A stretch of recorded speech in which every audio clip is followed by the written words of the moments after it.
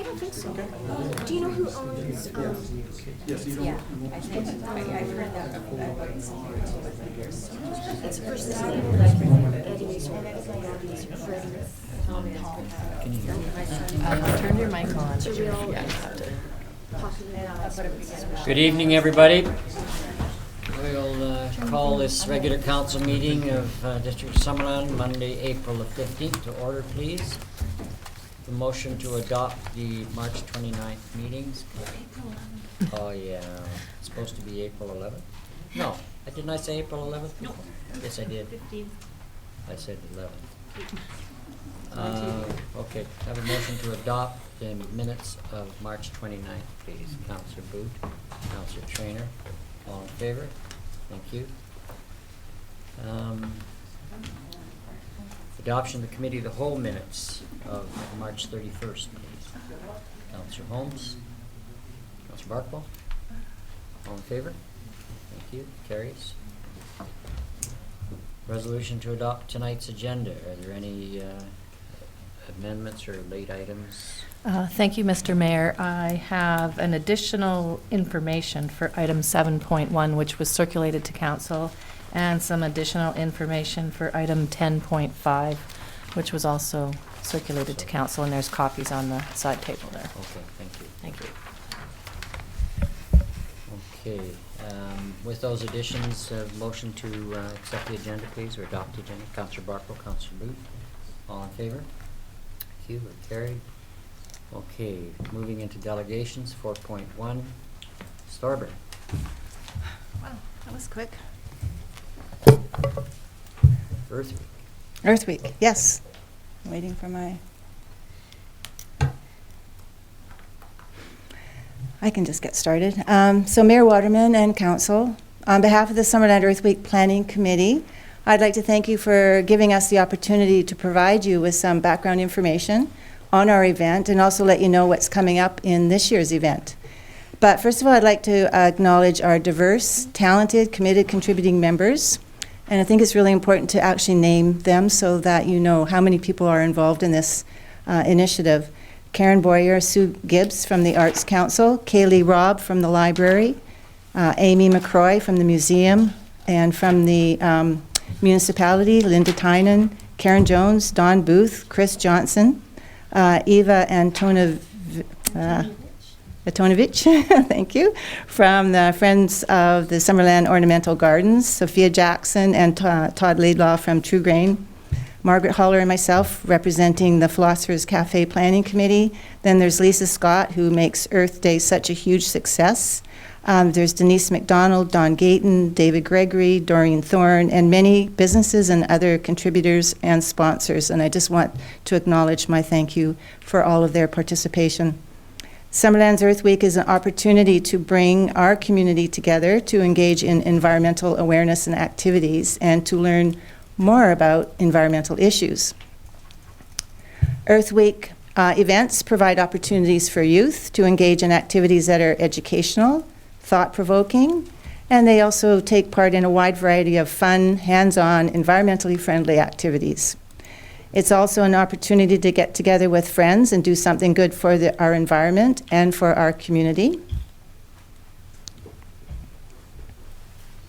Oops, am I moving here? Yeah, I'm just a little bit.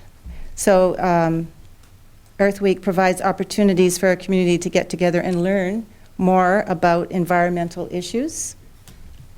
It's not pushing very well, okay. Through tours and talks and workshops and tricycle riding, there is really something for everyone. During Earth Week, we encourage members of our community to commit to taking green actions so that we can ensure that Earth Week is, or Earth Week is every day of the year. So this year's theme, A Drop in the Bucket, addresses the need to protect, restore, conserve, respect our precious and limited water resource. The amount of water that's available for us to use is only about 1% of the total amount of water on our planet. And that really is just a drop in the bucket. So for this year's celebration, we have organized a wide variety of activities and events Most of them focus on our water theme. For example, we're partnering with the municipality to put on a tour of the water treatment plant, and we have a presentation, a film, a tour, talks, and hands-on activities all relating to wetland and riparian restoration. We also have our annual Freshette contest, which is Guess When Thirst Dams Stop Spilling, with great prizes for the winning guests. And you will soon notice wheelbarrows on display on Main Street, decorated by some of our local businesses. The weekend activities are full of family fun things to do. There's Water for Life at the library, recycled art at the art gallery, and then on Sunday there'll be a large 10th annual Earth Day celebration at Peach Orchard Park. This year we're honored to have Dr. Jeanette Armstrong and Dr. Marlo Sam speak at our Philosopher's Cafe. Their topic, Silic's Water Perspectives, will provide the cafe participants with an opportunity to learn about Indigenous knowledge of water sustainability and the relationship between water and Silic's culture. So we really hope that you're able to attend that event. And as I've mentioned, there are so many groups, businesses, nonprofit organizations, and individuals that help make this event a success. And I'd really like to acknowledge a deep appreciation for their contributions. So finally, on behalf of the Earth Week Organizing Committee, we're asking you to make the Blue Dot Declaration. By joining over 130 municipalities across Canada, pass a declaration which recognizes the right to clean air and water, safe food, and a stable climate.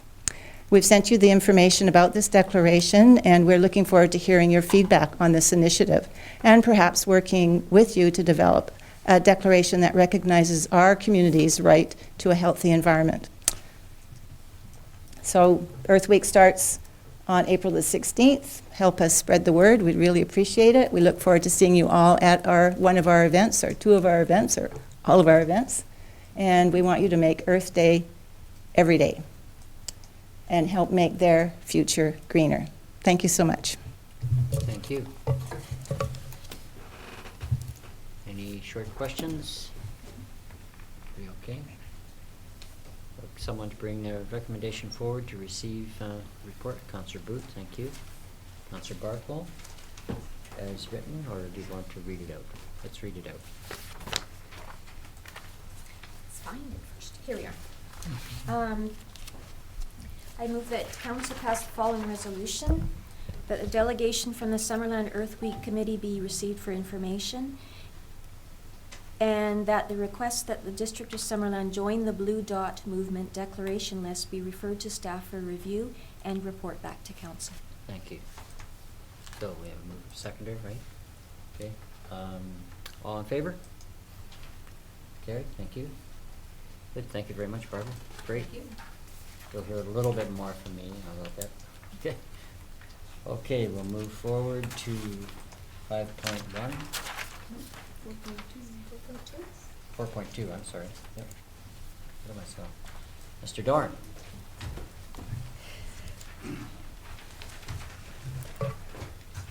Thank you for the opportunity on behalf of the Summerland Legion. I'd first of all apologize for my casual attire as I've just come from soccer practice, and I apologize to Barbara because I'm promoting a not very environmentally friendly event.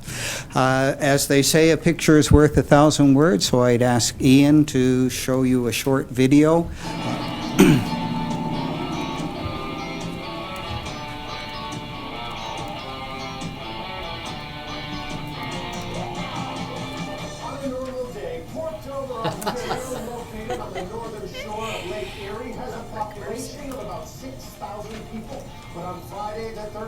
That population swells to 150,000 lucky souls. They come from all over North America, and they come on motorcycles. This week, the Mercer Report straps on the leather chaps and takes the steel lady for a ride. That's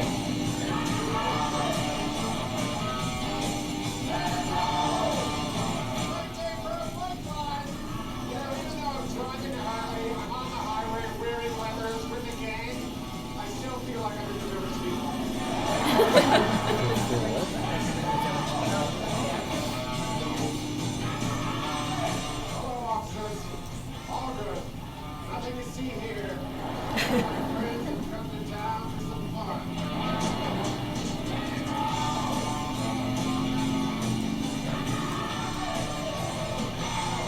John, is that red one meat back there?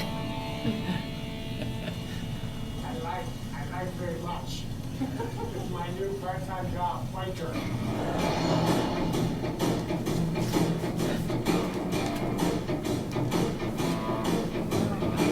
Chris, that was a great ride on the hallway? Yes.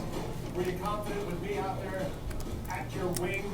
You didn't scare me at all. You are one of the founders of this entire event. Yes, I am. Basically, it was a party that you and your friends had, and it has grown into this. Yes, it's just a little party that grew. Okay, Chris, what can I expect here today? Oh, you can expect a lot of people, a lot of motorcycles, and quite a few colorful characters. Okay, so the character quotient is high. Yes, it is. Cool. So the lesson learned here is that Port over 6,000 people, and they get over 125,000 people out on motorcycles. So I don't think we can aspire to those numbers, but most people riding motorcycles look for an excuse to go somewhere. I'm coming before you today for the first for the inaugural run. We just want to close off Verity Street, which is the little street that runs between the Legion and Petro-Canada. So I've talked to the RV lot, and they have no problem that road will be closed. And I approached Petro-Canada, but they have yet to get back to me, so I don't know what their feelings are on the issue. So it's just an event where a lot of motorcycle enthusiasts will come. We will have prizes, entertainment in the evening, a poker run, and we'll be offering things like a burger and beer for $8, as well as the Friday traditional Baron of Beef at the Legion. And I'm sure you're going to ask me how many people I expect, and the answer is I have no idea. So all I can tell you is I have 20 people registered so far, and we'll just go for there. So besides asking for the approval of closing Verity Street for motorcycle parking, I'm hoping that the municipality will promote the event by putting it on the directional signs on the highway. I expect those councillors who own motorcycles to attend, and I'm hoping that Public Works will have all the gravel off the road. I think it's already done. That's all I have. Thank you, John. This is May 13th, right? May 13th. 13th. Yep. So does my scooter look enough like a motorcycle to make it? Yes, sir. We would welcome you. We would maybe even like you to give out one of the prizes, Mayor Wanderman. Cool. Okay. Thank you, John. Could I have someone please bring the recommendation forward? Councillor Carlson. I'll move that the delegation from Summerland Friday the 13th motorcycle rally be received for information. Seconded. Councillor Barkle, thank you. All in favor? Thank you very much. Thank you, John. You sure that's going to be enough room? Pardon me? Is that going to be enough room? Hopefully not. Yeah. That's right. Thank you, John. Okay, the next, we're into item 5, public comment opportunity. Is there anybody in the audience who would like to comment on anything on the agenda that's highlighted in yellow, please?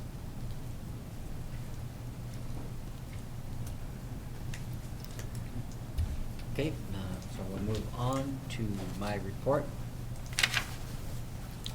Unfortunately, Starburn stole some of my report, but I'm going to do it anyway. So. The last few weeks have been exhausting for the community. At this point, Trout Creek Elementary is destined for closure at the end of this school year. We will be pursuing avenues through upcoming SILGA, that is the Southern Interior Local Government Association, and the UBCM this fall. It's the Union of British Columbia Municipality meetings, where we will press for a meeting with the Minister of Education. Closure of Trout Creek Elementary and the lack of appropriate provincial funding are working at cross purposes to our Chamber of Commerce goals and the business community, as well as dramatically affecting the lives of children and families in this community. As we've just heard, the week of April 16th to 24th is Earth Week, and it's the 7th annual. But did it grow out of the, it grew out of the 10th, Earth Day, right? Right. Now, are we the biggest week in total? I would say so. Yeah, confidently. okay, we are, thank you. I thought that was the case. There will be an opportunity to tour our water treatment plant, and Don Gayton will be presenting a discussion on the daylighting project for Prairie Creek. That's behind Giant's Head School. This will help restore some wetland habitat and be a tremendous educational experience for the community. A conversation cafe will take place where First Nations water perspectives will be presented. This should be fascinating, as this will be in part verbal history passed through generations. There will be many other interesting events, as Barbara has just mentioned, and please check our website out for more details. My wife Claire and I had the pleasure of attending the Sadie fundraising event. It was a great dinner contributed by Zia's, and live auction with caller Rock Fortan doing a great job. I was auctioned off, surprisingly enough, for a reasonable amount of money as a part of a golfing foursome and dinner courtesy of the Summerland Golf and Country Club.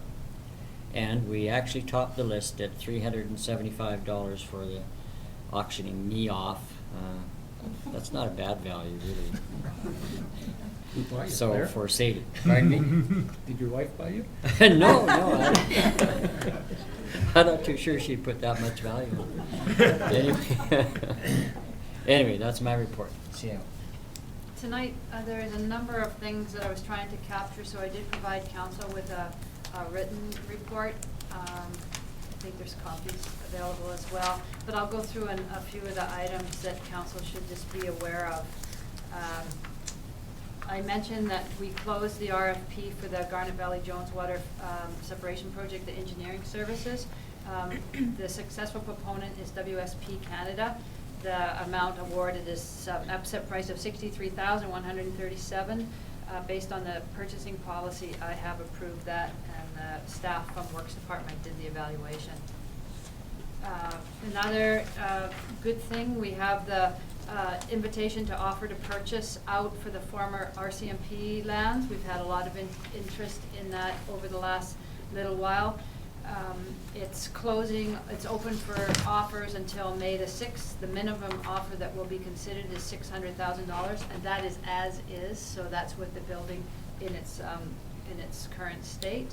An information package is available from the district and on the websites, and if anyone has questions, if anyone's asking, refer them to Ian McIntosh in the Development Services Department, and he will get them the information they need. Just for council to be aware, I believe you knew that we had received a report that there was some concern regarding the safety of the pier, and the pier is used for the grad pictures, and a large amount of people at this time of year go out onto the pier. So the district engaged a company to complete repairs on 8 of the piles. It was determined that would mitigate the risks on an immediate basis, and we would then move towards getting the rest of the work done in the fall. So at this point in time, it is structurally sound. We had an interesting meeting the other day with Fortis BC, and I haven't reported this out to council yet. Originally, Fortis BC had told us that at the power outage last time, that there was no rhyme or reason of why that substation had the issues that it had.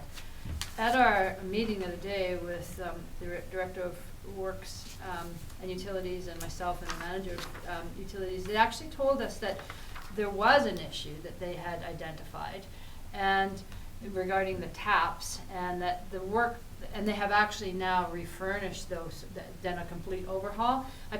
Because I didn't write the details down when I were in that meeting, I sent them an email today asking them to provide me with the language, the exact language, and she didn't get back to me today. So I'll be providing council a follow-up report, because it's very different than the information that we had received, first of all. Just to clarify, that was in July, right? Not That was- the initial power issue? that we The had? one in July, this past July in the heat, yeah. Thanks. I don't know if everyone got that. Just, as it notes here, we will be hiring, posting for the half-time building inspector coming up very shortly here, because the Development Services Department, the building permit are really high right now. The activity is very high. And lastly, the 2 grant applications that's on council's radar screen. The Bike BC application was submitted on April the 8th, and the Build Canada Small Communities Grant, council approved the wastewater treatment plant grit removal and filtration project, and its deadline is April 28th, and I understand we're well on our way in getting that done. So there's a number of other things in here, but I won't, unless you have questions on the report. Perhaps we could have, because it's a formal report, perhaps we could have a motion to Okay, sure. accept the report. Is there any questions first? Well, I was just going to move to accept Okay, this. well, It was thank you. important. Okay, motion to accept, Councillor Booth, thank you. Okay, any questions of our CIO before we move ahead? Councillor Trainer? I just wanted to clarify, the Bike BC grant is the one for the Trans-Canada Trail upgrade at? At Cockle Mountain. Yep. Yes. Okay, thanks. Okay, thank you. So, all in favor? Thank you, it's carried, accepted the report. Okay, we're moving ahead to item 8.1, appointment to the Heritage Advisory Commission. So this doesn't need to be moved or seconded. Okay. Mr. Mayor, it's just reporting out from the closed Okay. session, so perhaps you could just read the motion. I'll just read that. Yeah. It's Thank you. appointment to the Heritage Advisory Committee that Michael Walker be appointed as member to the Heritage Advisory Commission for the term ending June 8th, 2018. Okay, thank you. Moving on to 8.2, naming of dedicated park at 1109 Stoner Street. Development Services. Director. Thank you, Mr. Mayor. This is the newly dedicated park down on Stoner Street at the intersection of Stoner and Williams in Trout Creek neighborhood. As part of a 11-lot subdivision, that large area in red there was dedicated as municipal park, generally because of the environmental values there, particularly with Lewis's woodpecker.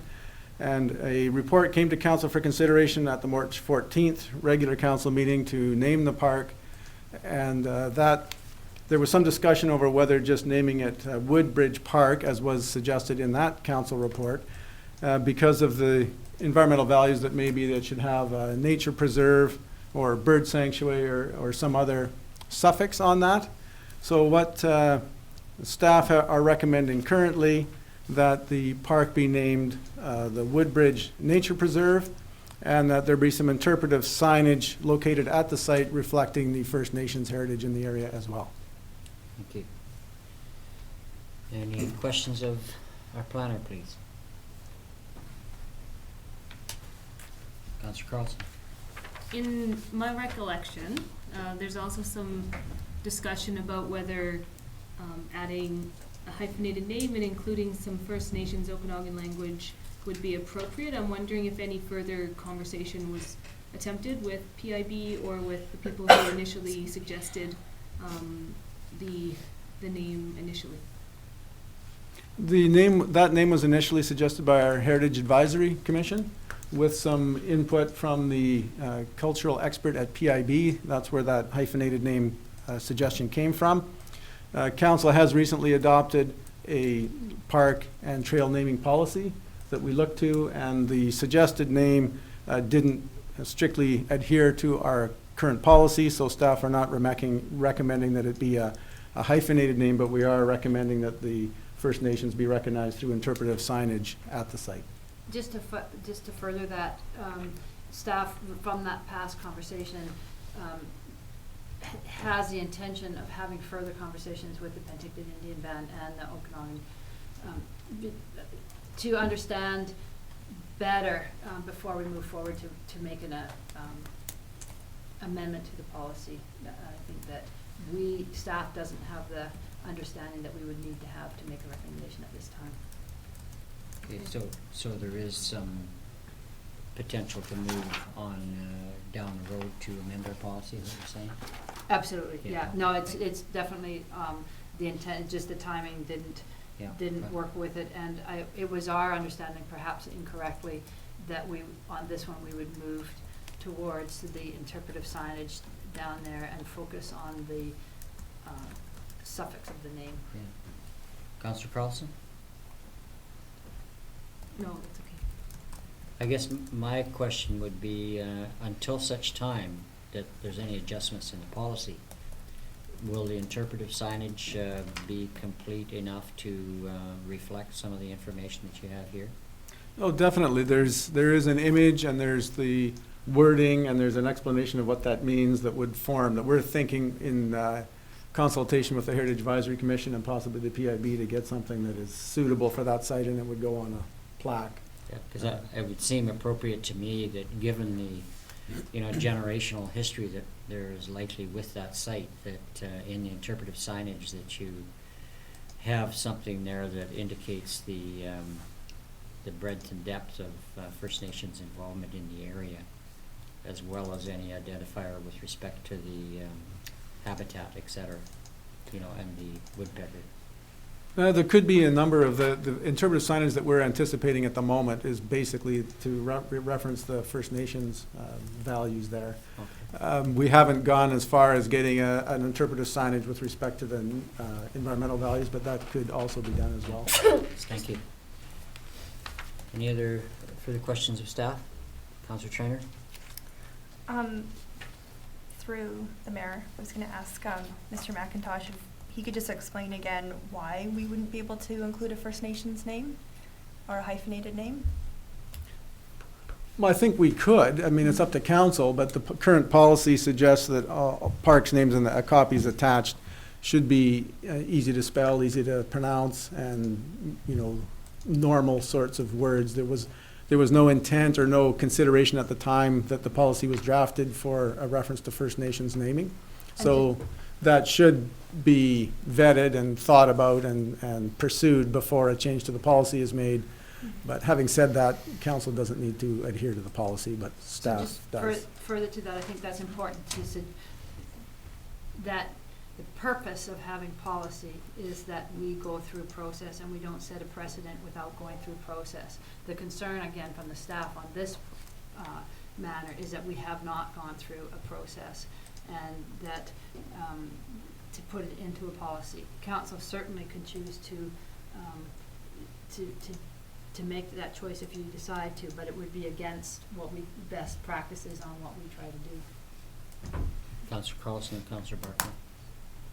How often is it that we get to name a park or a nature preserve in this community? It's one of those things that perhaps could have a long-lasting impact, and I don't mean it in, I do believe we should leave the name Woodbridge in there, and I think what they have given Summerland is wonderful, but I think it's not quite enough for us just to say because the wording in our policy is not currently right, then we have to move along.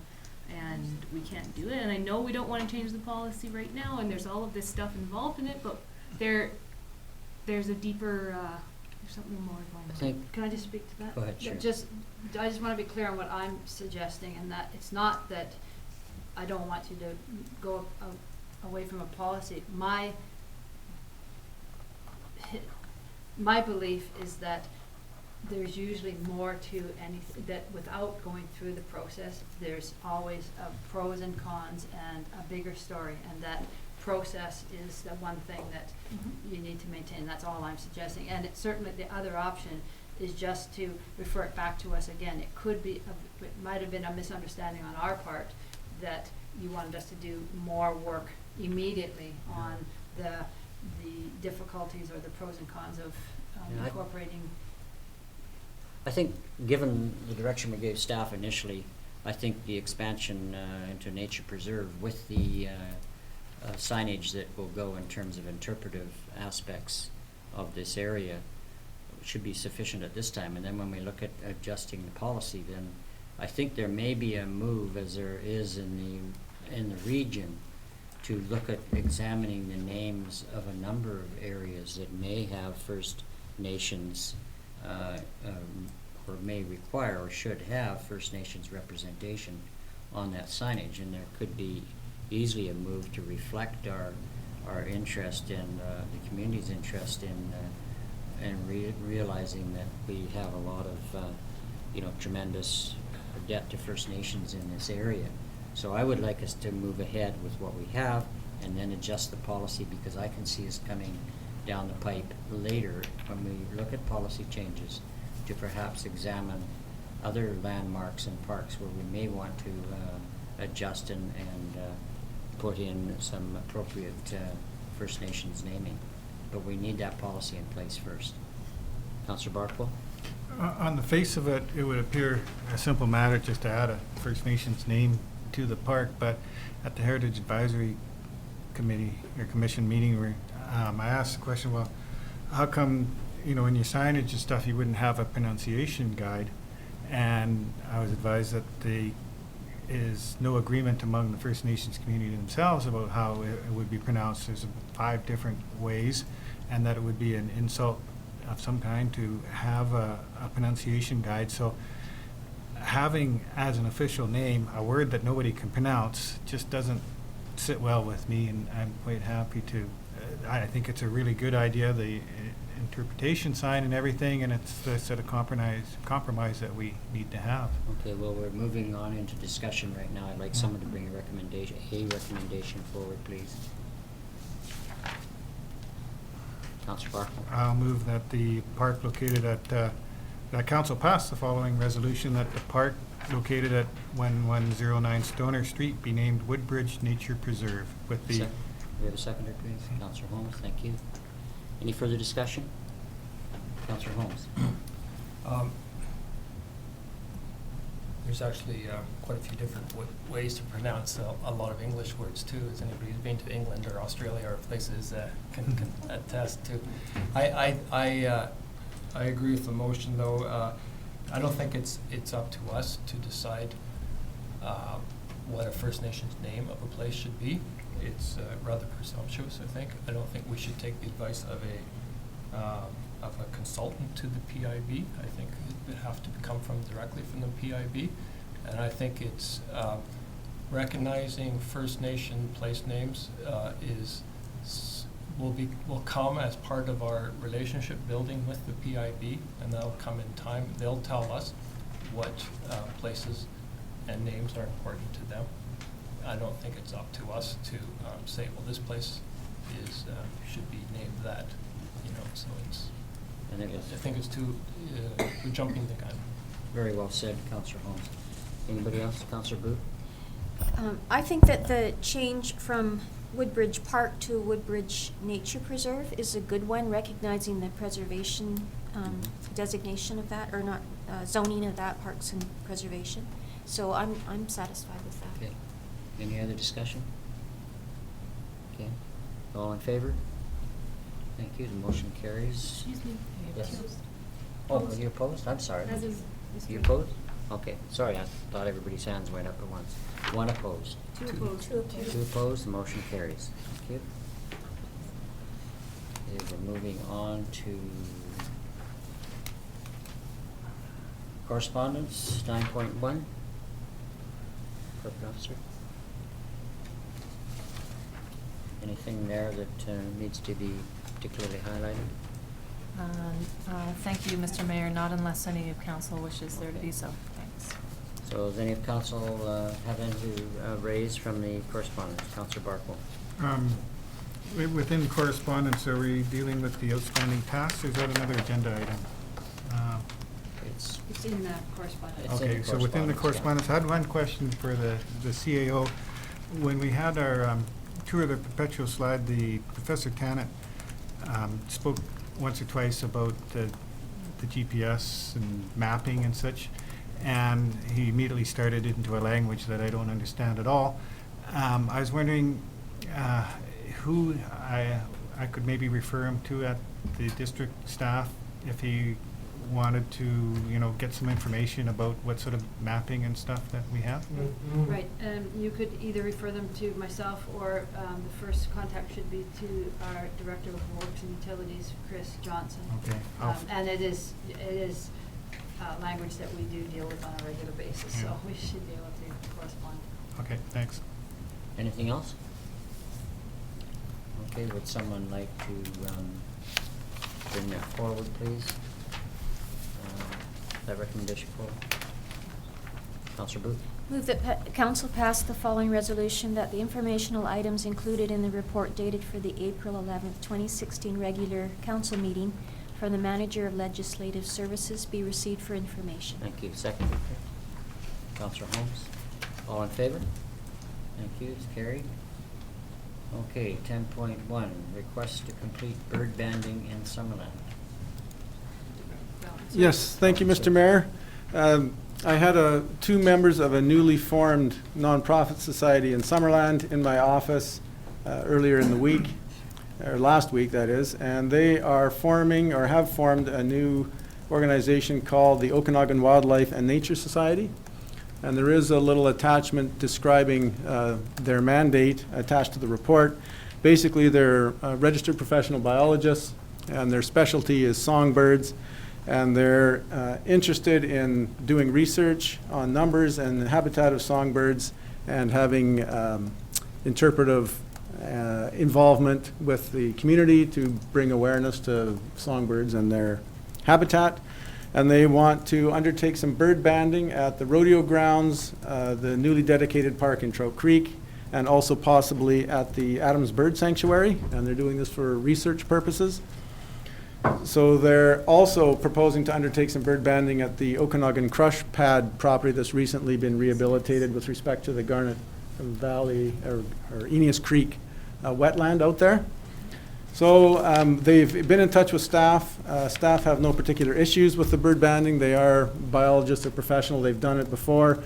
I did email them explaining that they could come to council tonight to explain things further, and both of them are out of the country doing bird banding elsewhere. So this basically is to advise council as to what they're proposing and get permission for them to go on to municipal property for this endeavor. Thank you. Any questions of Development Services, please? No? Okay, would someone like to bring the staff recommendation forward? Councillor Booth? Oh. Councillor Carlson? Sure. I'll move that council pass the following resolution, that the report dated April 11th, 2016 from the Director of Development Services regarding a request to complete bird banding in Summerland be received for information. And further, that the Okanagan Wildlife and Nature Society be authorized to conduct bird banding at the rodeo grounds, the newly dedicated park at 1109 Stoner Street, and the Adams Bird Sanctuary. Thank you. Seconded. Councillor Traynor, thank you. So, any discussion at all? It's interesting that it's taking place. Councillor Hall? I should have asked this in questions, but can anybody form an organization and go do something like this in banding birds, or does it have to be approved by a higher level of government or an institution like the university or anything? I'm not 100% sure on that. I know anybody can form a nonprofit society. These fellas are both well respected in the industry. They are professional. They've been doing it around the world. And I'm not certain, because some of the bird varieties are endangered, they do have to have oversight by provincial government, but I'm not sure if there's any permits in place or not. Thank you. All in favor? Thank you. Motion carries. Thank you very much. Move on to 10.2, annual pricing contract for water treatment chemicals, CAO. So this is specifically an information item. If there's questions, the Director of Works and Utilities can take them, but it's an information item. Okay, any questions of Director of Public Works? This is just a standard appropriation for that chemical, right? Councillor Barcombe? I was just wondering why this has to come to council. It's just for information because because of the quantities and the amounts, Yeah, the total amount of the purchase throughout the year will total just over 300,000. But the purchases are made at various points throughout the year, all under 100,000, which allows us to proceed without council approval. So, as CEO stated, it's just for council's information that we bring this forward.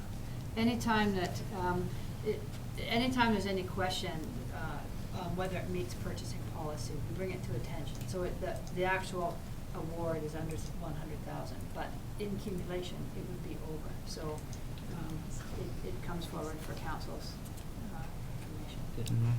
But it's it ends up being a large tender once each one is finished.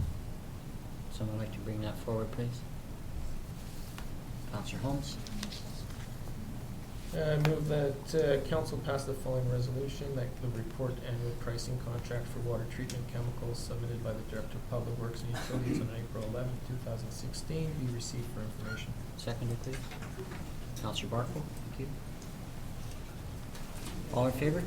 Just one more comment. You have a comment? Go ahead, Councillor Barkle. I would be entirely comfortable if this didn't have to come to council, but if that's the It's just policy It's somewhere. transparency. We do bring anything that's going to have large numbers that forward. Last time I bought caustics, it did cost that much. Okay, did we get all in favor? Motion carries, thank you. Opposed? Okay, 10.3, Summerland, Friday the 13th. This one will move to Mr. Johnson. Okay, following the delegation this evening, this report is to come to council to seek approval to close Verity Street for this event. As noted, it is the first event for the Friday the 13th motorcycle rally. It will be closing Verity Street just north of the Legion. The event itself will take place, most of it within the Legion. Verity Street will be used for overflow parking is the intent based on the anticipated numbers to date. RCMP and Fire Department were both seek comments on this road closure. The only concern, I guess, would be if the numbers are larger than anticipated, traffic into and off of the site on Rosedale Avenue may be a concern, and that it would have to be controlled. Okay, thank you. Any questions? Okay, hearing none, would someone like to bring? Councillor Barkle? I would like the honor of bringing this one forward. Go ahead. That council pass the following resolution, that the special event temporary road, sidewalk, or parking stall closure application to close Verity Street adjacent to 14205 Rosedale Avenue on May 13th, 2016, from 9 to 11 p.m. for the Royal Canadian Legion branch to hold the Summerland Friday the 13th motorcycle rally be approved. Seconder, please. Councillor Holmes, thank you. All in favor? Thank you. Motion carries. 10.4, Summerland Arts Council, CAO. Okay, Arts Council, I apologize that there's not a written report on this topic. I'll start with the staff recommendation for this subject and then explain it. That it's a little bit of a long recommendation, but it reads that staff be directed to negotiate a temporary agreement with the Summerland Community Arts Council to allow for their immediate use of the upstairs space at the former library building, with the understanding that a governance model in terms of a detailed operating agreement will be developed. And further, that up to $10,000 be provided for assistance to ready the space for the Arts Council and its member organizations, with the understanding that responsibility for further capital investment in the development of an arts and culture center will be explored during discussions regarding the governance model. So, as council is aware, you passed a resolution quite some time ago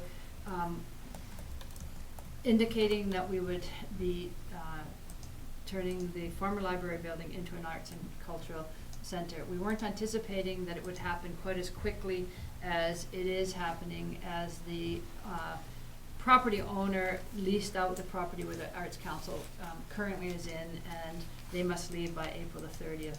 In meetings with the Arts Council, they agree that it would be a wise move for them to move there now, immediately, but that we work on this governance model to determine what's the best for the community and for council and for all the stakeholders.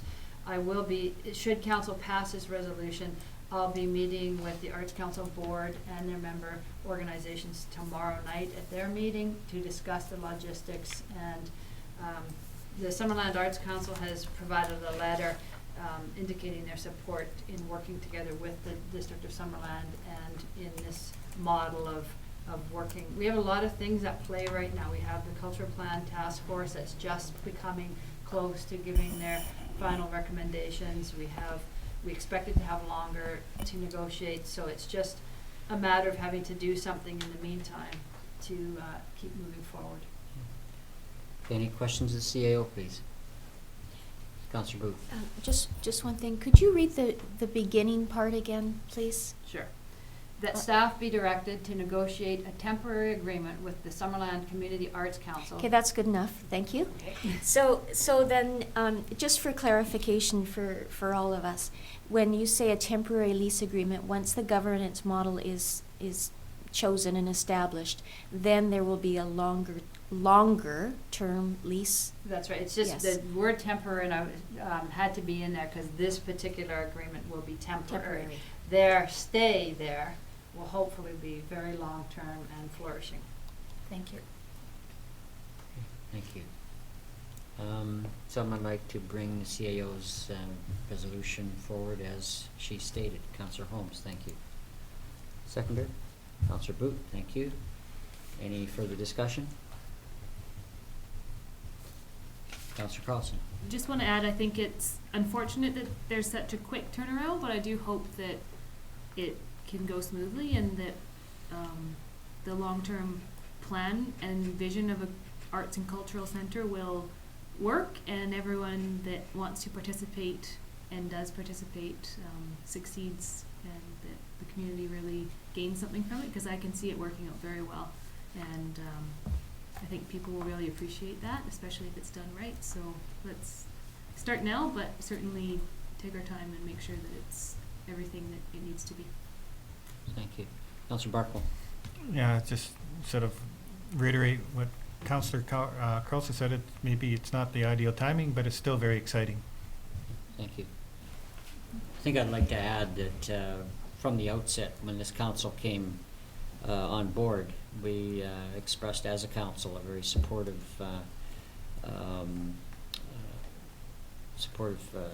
statements and so on as we move forward in the arts community.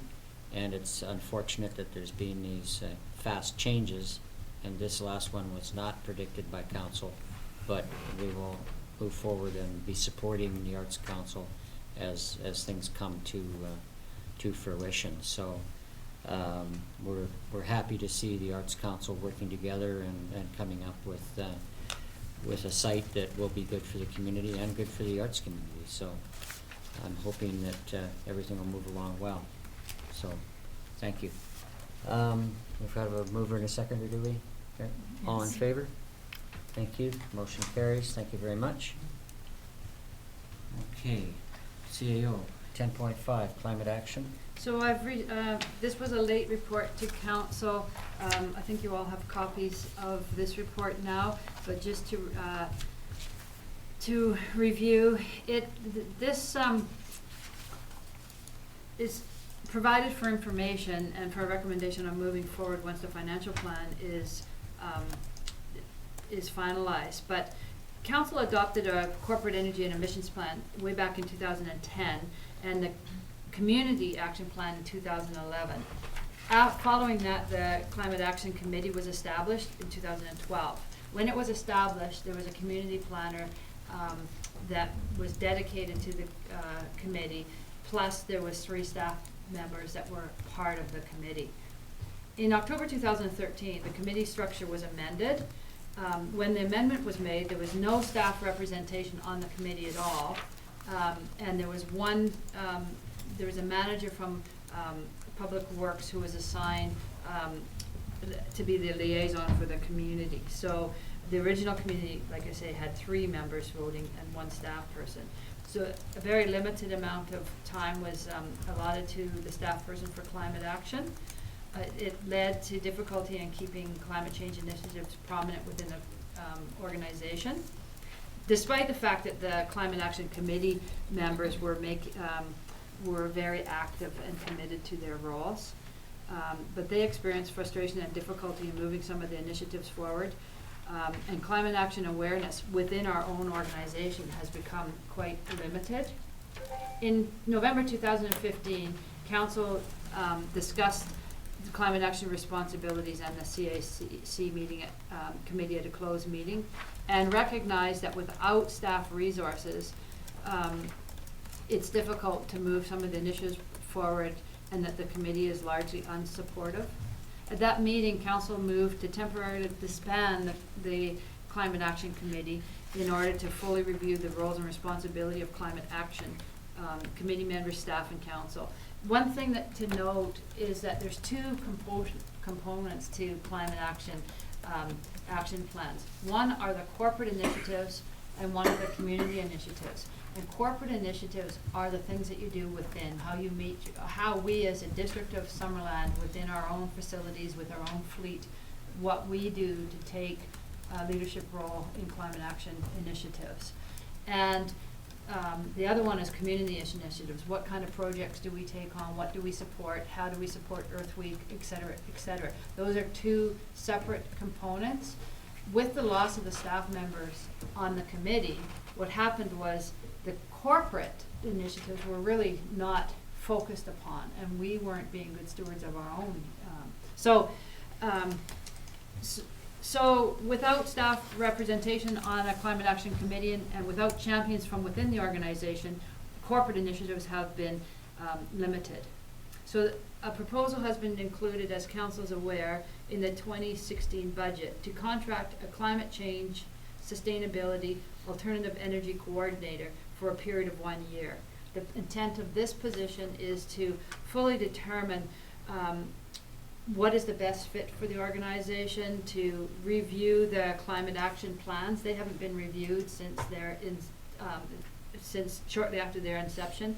The committee structure, the integration of climate change initiatives into the organization, and the most beneficial level of support. And the reason I've asked for a 1-year contract position is that we also have a new position being recommended this year, a new full-time position, which is the community services position, which will reach out to various communities services. Once the Climate Action Committee is back in place, and once there's staff representation on the committee, and once this community services position is established, it may be enough and it may be work very well to have those integrated. But to expect that community services position could handle that right now and give the support to the climate change and sustainability that they need, it wouldn't happen, because the community services person is going to be busy with other activities such as the Arts and Cultural Center and some other big things that we have going on. So that's the rationale there. Okay. So all I've asked for here is to accept the report for information and direction to develop the position once the budget's finalized. Thank you. Any questions of CL? Hearing none, would someone like to bring the Councillor Carlson? So I appreciate that this has come forward, and back at the end of 2015, the Climate Action Committee was put on hold, temporarily disbanded. When this comes forward, we go through the process again of starting up a committee from scratch once this person has been hired, or further down the road? So I met with the Climate Action Committee once since since we decided to move forward and review this, to get their input and to get their ideas on what the ideal model would be. And my intent, as soon as a person's in place, would be to meet with that group, anybody on that group that would be willing to meet again to discuss because the sooner we can have a committee in place, the better. So it's just because then a lot of the concern was that if you want to be reviewing plans and we want to do this, we don't want the volunteers to have to be taking all that on themselves. They want, so I think part of getting the contractor in place is to have the resources and time to focus and get those ideas. Sure. And will we go through the process again to bring in new members and create a committee if there's people that don't want to come back or things like that? Like, do we go out to... My guess is that we would absolutely be putting it out there again and re-advertising it, but recognizing there's people that have also... Right. So Yeah. there would be more or less an invitation though for those who participated before to put their names forward. Absolutely. They would be contacted. Yeah. Okay, thank you. Okay, thanks. I can bring this forward. Okay, thank you, please do. That the report dated April 11th, 2016 Climate Action Initiatives be received for information, and further, pending the finalization of the 2016 to 2020 financial plan, that the CAO be directed to develop a one-year contract position for climate action, sustainability, and alternative energy coordinator for the purpose of reestablishing Summerland's investment and commitment to sustainability, and to reestablish the CAC with appropriate staff support. Thank you. Seconder, please. Councillor Trainer, thank you. Any further discussion? I'd just like to say it's good to see this initiative moving forward, and I think the CAO has presented a good plan for moving forward with respect to a contract position and ultimately moving to a more sustained situation, because there's no doubt that Summerland is committed to green activities and to doing what we can to offset climate change. So we'll be doing our bit, and we'll be encouraging the community to follow suit. So all in favor? Thank you. Motion carries. Thank you very much. So we're moving on to new business. Any new business? None? Okay, bylaws 12.1. CAO to the planning, please. Yes, Mr. Mayor, this is just the amendment of the zoning bylaw with respect to carriage houses. The bylaw is up for adoption, and it increases the allowable size of a carriage house from 60 square meters to 90 square meters for properties in excess of 1,000 square meters, which is our largest single-family lot size. Thank you. Any questions of Mr. Planner, please? This is just adoption. I realize that. Okay, good. Someone like to bring it forward, please? Councillor Holmes, thank you. Move that bylaw number 2016-005, amendment of zoning bylaw number 2000-450, a bylaw to regulate carriage house sizes be adopted. Seconder, please. Councillor Carlson, thank you. This is straightforward. All in favor? Thank you. Motion carries. Thank you very much. Moving into 12.2, Mr. Planner. Yes, thank you, Mr. Mayor. This is to amend the official community plan to actually designate the park that has been dedicated down on Stoner Street, 2 parks on our OCP. Thank you. Someone like to bring that forward, please? Councillor Trainer. That bylaw number 2016-006, amendment of the official community plan, bylaw number 2014-002, a bylaw to redesignate 1109 Stoner Street to parks be adopted. Thank you. Seconder, please. Seconder, please. Councillor Carlson, thank you. All in favor? Thank you. Motion carries. Thank you very much. 12.3, bylaw number 2016-7. Mr. Planner? Yes, thank you, Mr. Mayor. This is the amendment of the zoning to match the OCP designation, so this would zone that same property to park preservation and protection. Thank you very much. Councillor Carlson? I will move that bylaw number 2016-007, amendment of zoning bylaw number 2000-450, a bylaw to rezone 1109 Stoner Street to preservation and protection be adopted. Seconder, please. Councillor Booth, thank you very much. All in favor? Thank you. Motion carries. Mr. Planner, 12.4. Yes, thank you, Mr. Mayor. This is the bylaw to allow the new subdivision down at 5815 Highway 97 to be connected to our local sewer, and it's a sanitary sewer service area bylaw. Thank you. Questions of the planner? Like I just adopting this. That is correct. Yes. Okay, mover please. Councillor Barkwell? Should I read the motion? It can be as read. As read by, I move that we adopt the bylaw as read by our Director of Planning. As presented. The next one you have to read though. Seconder, please. Councillor Trainer, thank you very much. Okay, all in favor? Thank you. Carries. 12.5, bylaw 2016-09. Mr. Holmes will read that one. Mr. Planner. Thank you, Mr. Mayor. This is a new bylaw, so this is the first time council has seen this particular item. This essentially is to amend the OCP with three specific but related amendments. One is to add the property in yellow there, which is adjacent to the Hunters Hill area, to add it to the neighborhood plan. So it would become subject to the same policies as the adjacent parcel. There's also an amendment to amend the Schedule J, which is a list of all the neighborhood plans in Summerland. As shown on the right there, we would add the property to Schedule J, and then the final amendment would be to designate the property as rural residential to match its existing CR1 zoning. And the proponents are in the gallery, and their planning consultant can speak to the issue. Okay. Would their consultant like to come forward, or the proponents, please? Any of the proponents like to come forward?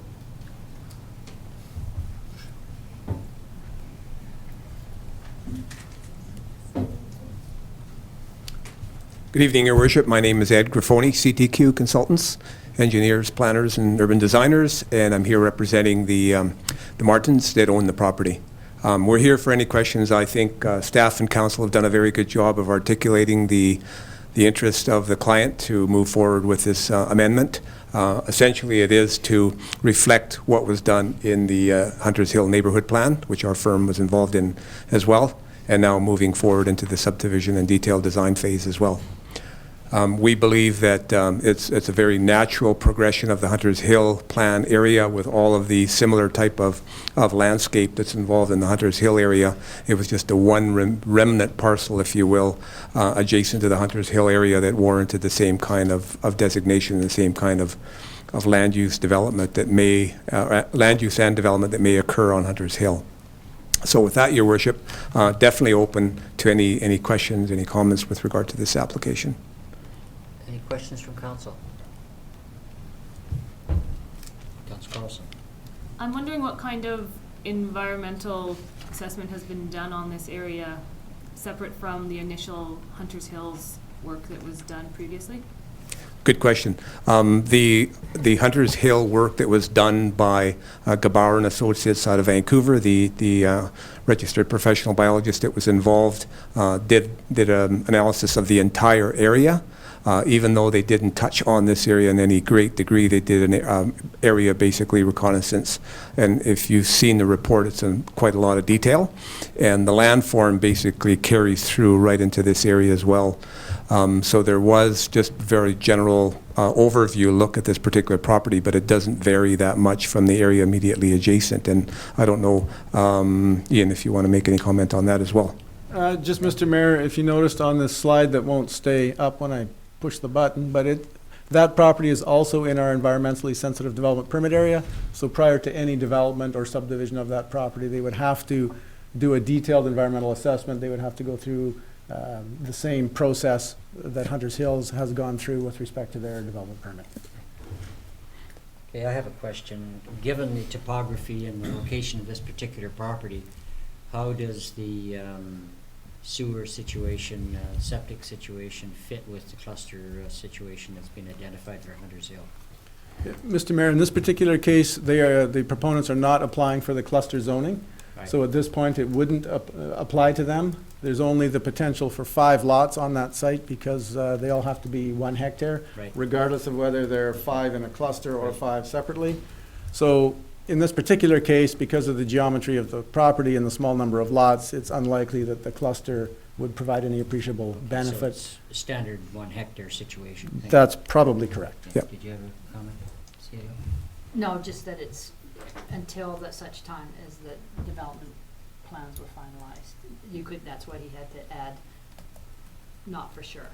Yes, they could apply for the cluster zoning if they wanted and go down that road, but we haven't got there yet. No, I was just looking at the whole package and seeing how, but since it's hectare policy, then I have no problem with it.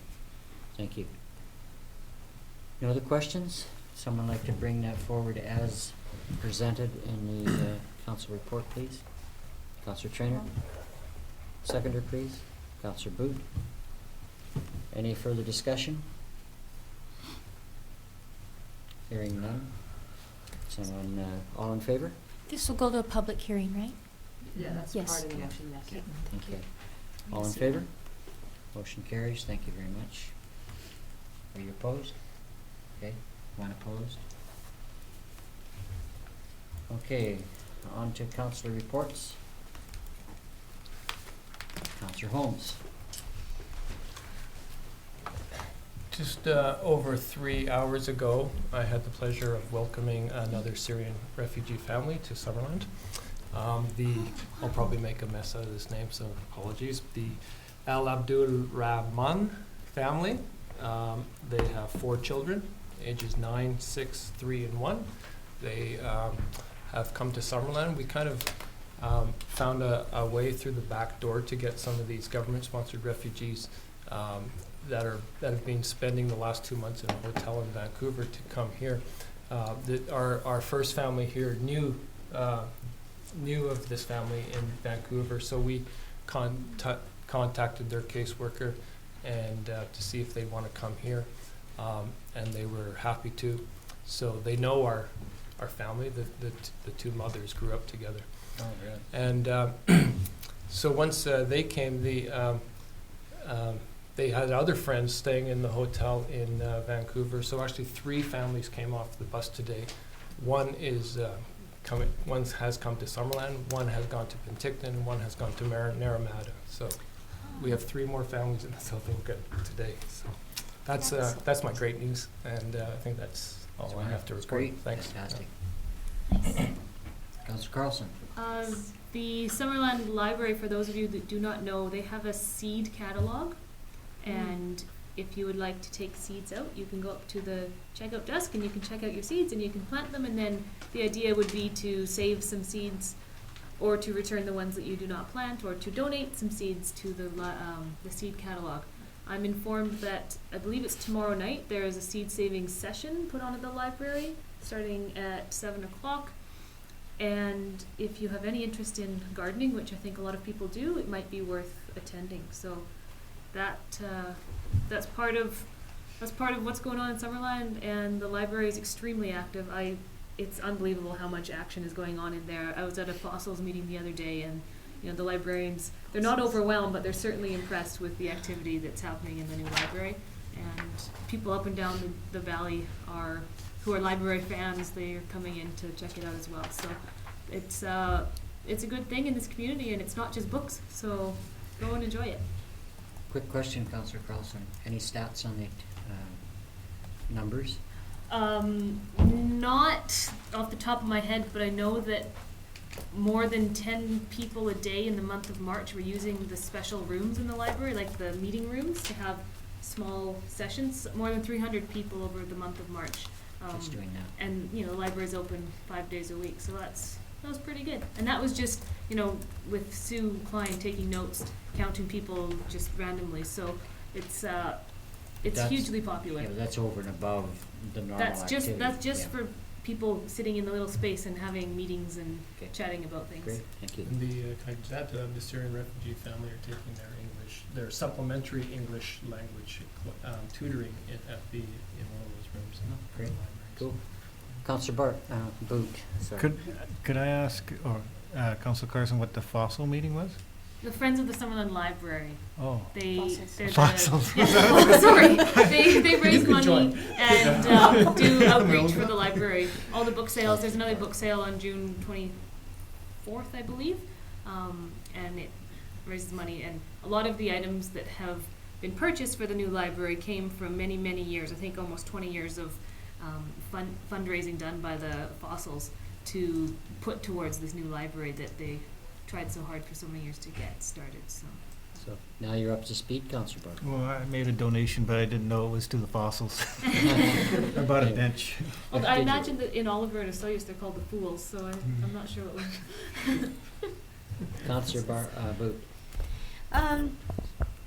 A fair number of meetings recently, but the one of note is I attended the Chamber of Commerce Board meeting on Wednesday, or last Thursday, and one of the things that our local chamber does, and all of the chambers in BC, is their umbrella organization is the BC Chamber, and much like us as municipal government can put forward resolutions, and an interesting resolution that Kamloops is putting forward to that the executive director, Christine, was talking about, is supporting BC's land-based wineries, cideries, and distilleries.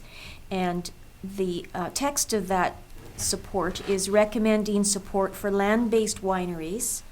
I understand land-based means that it's at least 2 acres, engaged in agritourism through the provision of meaningful incentives for expansion that will offset higher taxes paid. Wineries pay higher taxes than kind of other agricultural farm activities. So that was something that was particularly interesting. And then on the 14th, just a reminder for everyone that we've got business walks coming up. So that's this Thursday morning. And tomorrow night, not related to council, but it's kind of interesting. I'm going to be one of the judges at School District 67 and Rotary's public speaking competition, and that's for grades 9, 10 combined, 11 and 12. There are 22 speakers from Penn High, Princess Margaret, and our own Summerland Secondary School, and cash prizes are being awarded, so that'll be fun. Good, thank you. Councillor Barkle. Yes, I attended the first part of the skate park meeting to see the designs and stuff. I don't know, maybe Councillor Trainer, will you have a report on what came out of the consultation? Why would I? Oh, Eric. That's his job, not okay. mine. I look forward to see what comes out of that. I couldn't stay for the whole thing, and I have to send my regrets in advance for the business walk. I'll be out of town this week. Can I make a note on that? Online responses for the skate park are being taken till April 26th, and anyone can sign up and go onto the website if they want to give their opinion. Thank you. Then we'll know what the outcome is. Councillor Trainer. Yesterday I biked up Giant's Head Mountain, and I was pulled up a little bit quicker because there was a team of cyclists climbing as well. And when I got to the top at the parking lot, I asked them where they were from, and they were from Calgary, and they come here to train, which I thought was really neat. And then they looked at me and they said, well, where are you from? And I said, I live here. And they said, wow, you're really lucky. So I thought that was really cool. There's a ton of people cycling up and down that mountain yesterday, and I just thought it's such a great asset that we have. And I heard their leader say the route back to Penticton is going to be through the wineries. So I thought that was really neat because there's a team of about 30 of them, and they're all, seeing what we have to offer. So that was really a neat moment for me. And then when I got to the very top, there was a bunch of other tourists up there, and I was, showing them where everything is. And some of the signposts up there have been knocked down and need to be repaired. So when we eventually team up with the Rotary to redo that, I think it'll be really neat because there's a lot of people that use that. I've been busy organizing the Penticton Farmers Market, which opens in 2 weeks, and we have 7 farmers from Summerland that participate in that, and most of them will be starting on the 23rd. So our farmers market is also running in Summerland right now, and then the Sunday market starts on June 12th, I think. But if you want to support Summerland farmers until then, you can come down to the Penticton Farmers Market on Saturday, April 23rd, and that's it. Thank you very much. So, is there any questions from the media or the public, please? Mr. Miller. Thank you.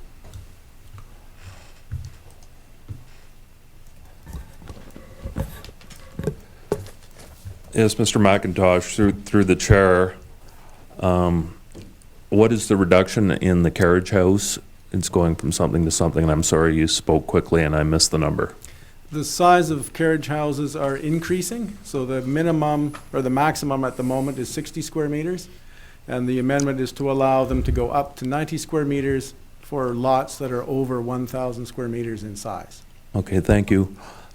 With respect to school closures, which I guess wasn't on the agenda, but you did make reference in your Morrow report, I had been contacting back and forth our reporter at the school board meeting, and I guess I can report, although it's highly unlikely that this motion will pass, but Mr. Bruce Johnson is bringing a notice of motion on May 9th to rescind all the closures based on new information that's been heard, so that is going to come up. But for the moment, Mr. Waterman, I wonder what your personal reaction is to, I guess, the news that both Summerland trustees voted against the closure of Trout Creek.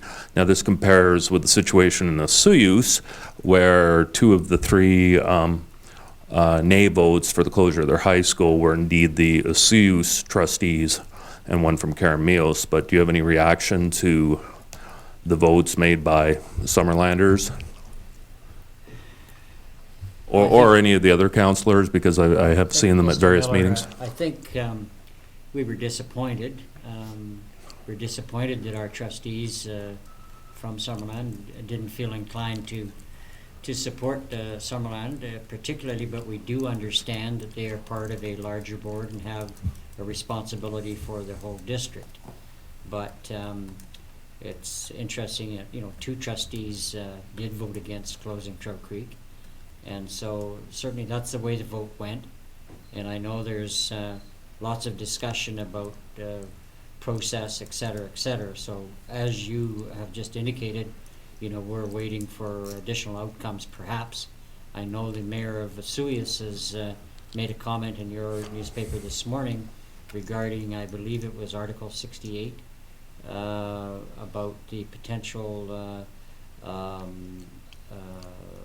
aspect of process, and that I believe it's the minister can actually use that article to overrule the school board. So I think it remains to be seen whether the minister takes any action based on that particular article that Mayor McCortoff has made note of. And my second question with regards to this issue, do you consider the present system of electing trustees to be fair, or would we be better served with an at-large ballot for the entire region of School District 67, in which a candidate can be from anywhere essentially, and we're entitled as voters to 7 votes? Because the way I see the situation, I cannot vote for or against certain candidates because of my residency. Or do you feel that it's a fair system in that everyone does have somebody there at the table from their community? I think that's a fair question, Mr. Miller, in terms of appropriateness of governance structures, and that may be up to the province to make those sorts of changes. But at the same time, I think when you go back to any election where there's acclamations in place, then there's a disappointment, because I think the public has now learned a lesson that the process of democratic elections is very critical, and that the public has an opportunity to speak, and they speak through people that are come forward to represent them. And if the public feels no inclination to compete for a position and individuals are acclaimed, then basically the public has no argument with the situation, because nobody chose to move forward and present their names, other than those who were already in the positions and were therefore acclaimed. Okay. Thank you for your answers. Thank you, Mr. Mayor. Hearing any further questions or comments from the public, have a motion for adjournment, please. Councillor Barkwood. Seconder, Councillor Booth. Thank you. All in favor? Thank you very much. The meeting is adjourned. Thank you.